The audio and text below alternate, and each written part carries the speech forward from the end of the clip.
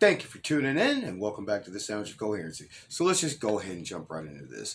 Lately, there's been even more talk in the news of castrating children. Well, chemically castrating children, doing everything they can to confuse children. I'm gonna say this now. It's probably gonna upset a lot of people, and I understand that, but everybody's entitled to their opinion. That's why America is one of the greatest countries in the world, because you have the freedom of speech. We recognize the L, the G, and the B, but there is no T. I'll give you that. There's no T. I'm sorry. Got Q, I, A, and the rest of the alphabet and all the other nonsense. No. Look, we have to stop glorifying mental illness. And this goes for the parents as well, because you've got to be mentally ill. You have to be mentally ill to be able to think in your mind and actually believe what you're saying when you say that your 3-year-old is this or any of that other kind of nonsense. Look, I've said these things before. We've talked about this before, but it just keeps getting worse, and it keeps getting worse, and it keeps getting worse. And I want to go ahead and debunk one of the most common arguments that you hear before we get into what I have for you today. I'm sure you've heard it plenty of time. My 1-year-old, my 2-year-old, my 3-year-old, my 4-year-old, my 5-year-old. Well, they didn't want to play with the boys' toys. They wanted to play with the girls' toys, or this and all this other kind of nonsense. Let me tell you this much: they're pieces of plastic. Pieces of plastic and fabric. The child has no idea what the hell it is they're playing with. I mean, and people say these things, and they'll say, well, my little boy, I tried to give him some like boy-oriented toys, some G.I. Joes, and he didn't want to play with those. He wanted to play with teddy bears and the little dolls and other kind of shit. And that's when, at that moment, I knew that my son was expressing to me that he wanted to be a girl, that he was in the wrong body. Let me help you out here. You could stick a fucking turd in a 3-year-old's hand and they're going to play with it. Okay? That does not mean your cat wants to be a dung beetle. It does not mean... Holy shit. That does not mean that your child wants to be a cat or a dung beetle. Do you get what I'm saying? You get what I'm saying? If you put rocks in a child's hand, they're going to play with it. If you put a stick in a child's hand, that doesn't mean the child wants to be a tree or a fucking woodpecker.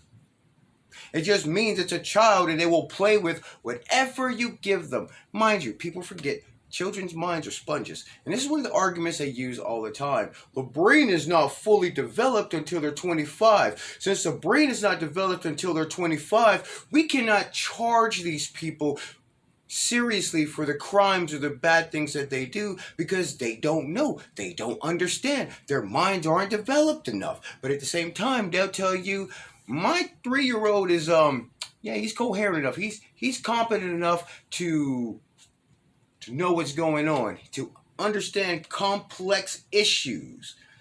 And I gotta ask this question: if you think the 3-year-old, the 4-year-old, the 5-year-old, whatever it is that sound in the brain to understand what's going on, and they tell you, I want to smoke, I don't want to go to school, I don't want to do these things, I don't feel like eating vegetables, I don't feel like doing this. Is the child wrong? Is the child wrong? Understand, the child choosing not to eat his vegetables, it'll have some effects, but we can find other ways to get around that. But giving hormone blockers before a child reaches puberty has long-lasting effects, lifelong effects. And I know people will sit here and say, well, it's reversible. The fuck it is. Holy shit. I mean, think about it. It's basically the same drugs that we give to criminals who perform criminal sex acts. Okay? All right? It's not reversible. So no matter how many times they tell you it's reversible, the fuck it is not reversible. Okay? Hold on, let me look this up. What's this motherfucker's real name? And it's just like giving girls full mastectomies, hysterectomies, and all this other shit. It's non-reversible. Okay?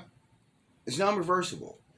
Now, I'm looking up this guy's name because I think it's kind of important to me to call him by his original name, whatever the fuck that is, Richard, Robert.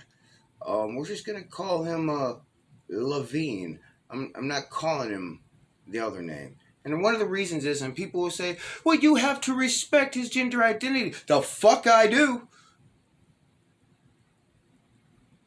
If you miss it, he gave a recent interview. And what he said was, he was so glad that he waited to do his transition after he had children, because he couldn't imagine what his life would be like without his children. He has the opportunity to have his children, and what he wants to do is prevent your children from being able to have children. Understand, a lot of people who do this as adults, they're able to, say, freeze their eggs and things like that, or, set some sperm aside and freeze that, so just in case they change their minds or later on in life, God forbid, they decide to have children so they can fuck them up as much as they got fucked up. They have that option to do that, okay? I'm not judging them because they need help. I'm just giving my opinion on what the situation is. But understand, your children will not be able to have that joy. They will not be able to have children. They will not be able to be parents. They will be dependent on somebody else who didn't do that dumb shit to themselves to provide eggs and sperm for them to have a child. So I just want to say that and get that out there, because I think that's really important that we acknowledge that. All these little kids that you're doing this shit to, you have fucked them for life. But guess what you have done is you have given the United Nations what they wanted. You have done exactly what they wanted you to do, because guess what? Forced sterilization is illegal. You can't do that to people anymore because it's fucking wrong. But we can get you to do it to yourself and your own children. And guess what? It fucking worked. It fucking worked. It worked so well that these people are they're so confused in the head that they think they have the right to do it to other people's children. So I'm going to go ahead and jump right into this article, because the article is from the San Francisco Chronicle. And what they're trying to do, this is from January 16, 2022, and they're trying to convince people of this idea of why you need to have your children taken away for equity. And I've said this time and time again, so if you've paid attention to these episodes, you know that I don't believe in equity. I believe in equality. I believe in equal opportunity. But like I've said before, we are not the same. We are not equal. And we will not hinder someone because of somebody else. We're not going to hold you back because this person can't keep up with you. As I've said before, that's how you don't progress. But let's just go ahead and jump into this. Opinion. Want true equity? I propose modestly forcing, mind you, this is opinion. But if you really think about the state of what's happening out on the West Coast, it's more than just opinion. People say this dumb kind of shit, and somehow it gets put into practice. But opinion. Want true equity? I propose modestly forcing parents to swap children. And let's go ahead and just jump down, because there's a whole lot of bullshit in front. If California is ever going to achieve true equity, the state must require parents to give away their children. Today's Californians often hold up equity, the idea of a just society completely free from bias. It's virtually impossible to do, as our greatest value. Governor Gavin Newsom says he makes decisions through an equity lens, hence why the state is so fucked up to begin with. Institutions from dance ensembles to tech companies have publicly pledged themselves to equity, along with diversity and inclusion. But the promises of newly equitable systems are no match for the power of parents. You're fucking right, they're not. Because guess what? A lot of people have been cool. Been cool about the shit. You know what I mean? Look, you fuck your own kids up, and we've been watching you fuck your own kids up. But see, now you're coming after other people's kids, and I'm telling you, you got to understand, you're going to push people to a limit. It's only going to take so much, and when they start to fight back, all that picked up fucking aggression is going to come out, and it's not going to be good for you. Fathers and mothers with greater wealth, education, and other resources are more likely to transfer these advantages to their children, compounding privilege over generations. Yeah, I get up and go to work every fucking day. I put money aside every fucking day. We work to build businesses every fucking day. Those that have gone through hardship and have suffered through poverty and things like that, they know exactly what it feels like. So they want to ensure that their children don't ever have to go through that. There's nothing wrong with any parent saying that, you know what, I don't want my children to have to work. I don't want my grandchildren to have to work. I want them to be able to enjoy life, relax, and be able to explore the world and not have to worry about shit. But then you have other people on the left who say, well, that's wrong. Why should your children be allowed to be happy? Because I worked for that shit, motherfucker. That's the whole reason I got up every fucking morning. Is so that I could provide them with that. You should have done the same. Don't get mad at everybody else that did.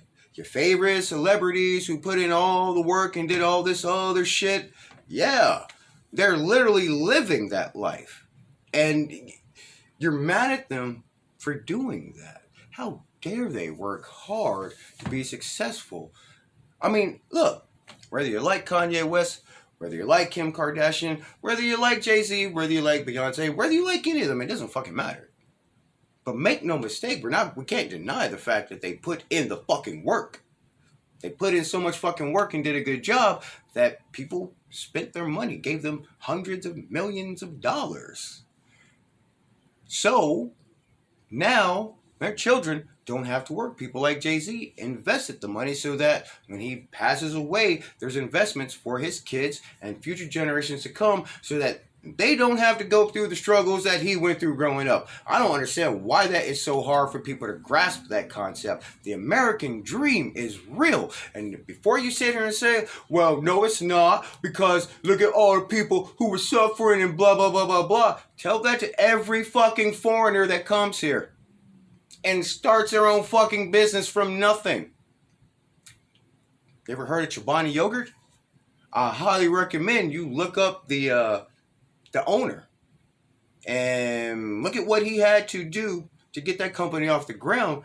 The guy, came from Greece, just like the whole sriracha shit.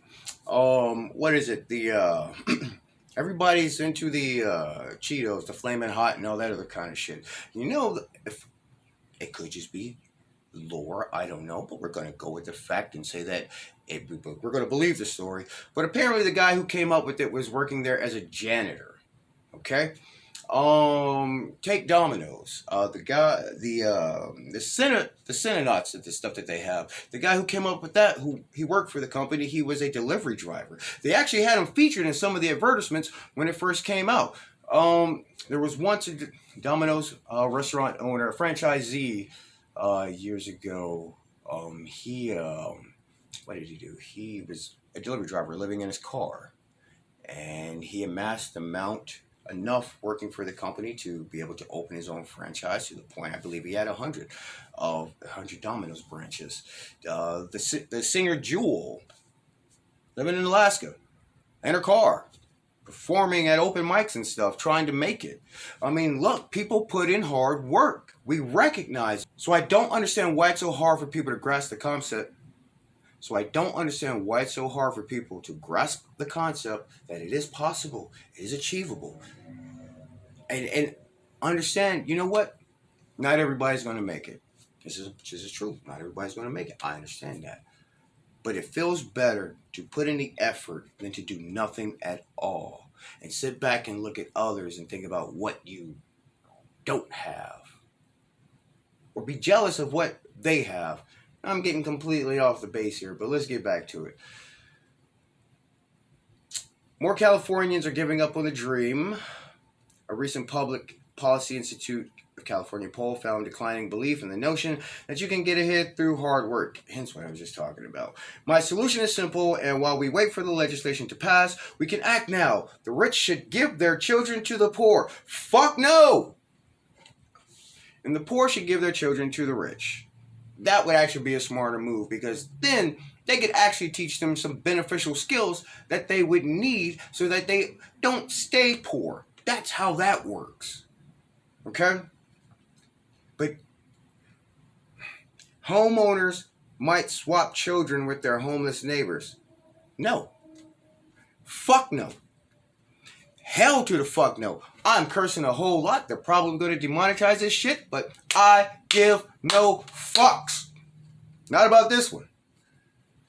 Now, I recognize that some naysayers hopelessly attached to their privilege will dismiss such a policy as ghastly, even totalitarian, because it is.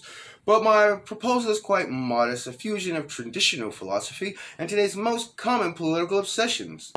Let's see. Surveys also suggest many of us are breaking off ties with family members who don't share our politics. Of course, that's normal. That's how life has always been. But my proposal would be unifying, fitting hand in glove with the most cherished policies of progressives and Trumpians alike. Not likely. The left's introduction of anti-racism and gender identity in schools faces a bitter backlash from parents. There's no such thing as anti-racism. Racism is racism. You're either racist or you're not. Racism has nothing to do with power or how much money you have. If you are prejudiced against someone, specifically because of the color of their skin or their ethnicity, that is racism. Pure and simple. Pure and simple. Okay? It's as simple as that. That's how they try and say, well, only white people can be racist. That's a fucking racist talking to you right there. And they're coming out with some, they're trying to subvert the whole thing so that you can dismiss their racism because I'm just being anti-racist. No, you're being a racist fucking prick. Let's see. The lesson, blah, blah, blah, blah. Ending parenthood would end the backlash, helping dismantle white supremacy and outdated gender norms. And now we get to the crux of it. Okay? My proposal also would give Democrats the opportunity to build a new pillar of the social democracy they seek. A system for raising children called foster care for all. Under this system, Democrats could stop pretending that they will enact universal preschool or child care, which they promised and failed to deliver for a generation, blah, blah, blah, blah, blah. That's because California is fucking corrupt. They sit here and tout how much money they have, yet such mismanagement. They've had all the opportunity. That has nothing to do with the rest of the world. That's literally them. But here's the problem that they want to not address. They want to skip over this part. That's what the fuck you voted for. You got what you wanted. And now you're upset about it. And it's so bad that your people are leaving the state. But that's just one fucking article. And we'll have a couple more episodes to come after this. But I thank you for tuning in, and we'll catch you next time.